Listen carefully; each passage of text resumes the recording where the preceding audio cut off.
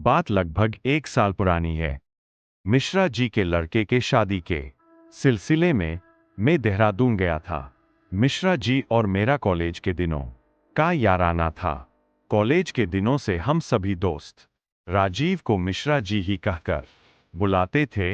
हालांकि समय के साथ सभी दोस्त तो जिंदगी की भागदौड़ में पता नहीं कहाँ छूट गए, लेकिन मिश्रा जी और मेरा याराना अभी तक जिंदा था।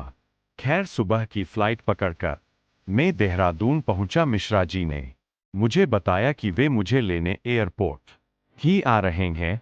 मैंने मेरे लिए इस तरह परेशान होने पर उनको मना किया, लेकिन बात ना मानना तो मिश्रा जी की पुरानी आदत थी। सुबह लगभग 9:30 बजे में देहरादून पहुंचा। मिश्रा जी मुझे रिसेप्शन पर ही काफी पीते हुए दिख गए।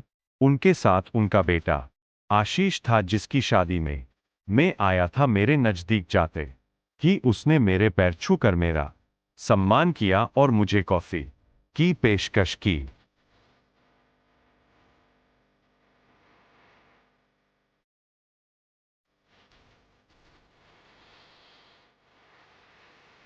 हालांकि ज्यादा जरूरत न होते हुए एयरपोर्ट पर 280 रुपए कॉफी के लिए बर्बाद करना मूर्खता थी, सो मैंने कॉफी के लिए आशीष को मना कर दिया। मिश्रा जी ने मुझे बताया कि दोबारा कहने पर एक और खास उसका मन आने वाले कह दिया है, तो उन्हें जब मुझे वापस छोड़ने के कुछ देर बाद आओगे तब आएंगे। लखनऊ से आई और एक लगभग 70 साल का व्यक्ति मुझे मिश्रा जी की और हाथ हिलाते हुए आते हुए दिखाई दिया, लेकिन रिसेप्शन के पास आते आते अचानक उनकी तबीयत बिगड़ गई। हम तुरंत उन्हें नजदीक के एक अस्पताल में ले गए। डॉक्टर ने बताया कि सफर में थकावट के कारण थोड़ी सी तबीयत खराब हो गई है। परेशानी की बात नहीं, बस थोड़े आराम की जरूरत है।